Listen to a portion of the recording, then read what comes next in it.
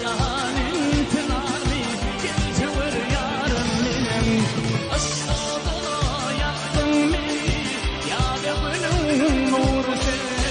Aya çayan intilarmi gittiver yarım benim.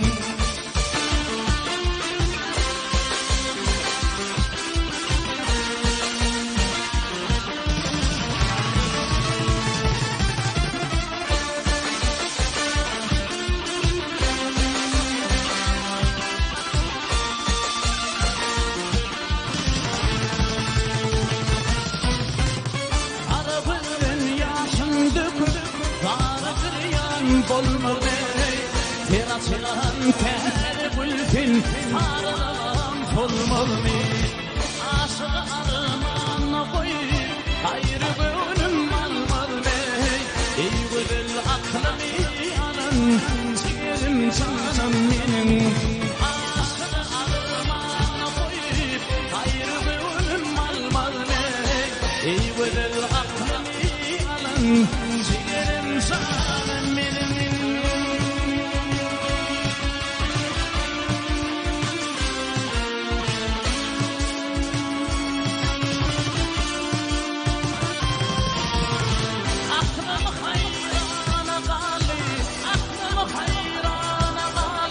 Gülfüm benim yarım ey, elem cahana verir benim, bülbülüm her tarani.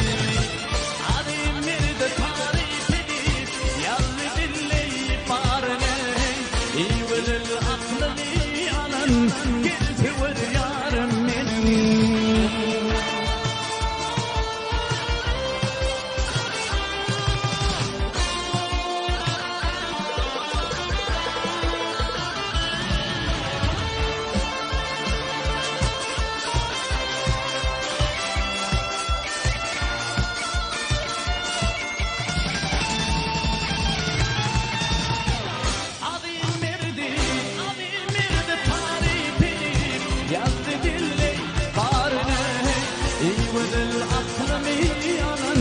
Gülfür yarım benim, iyi güzel aklımı alan,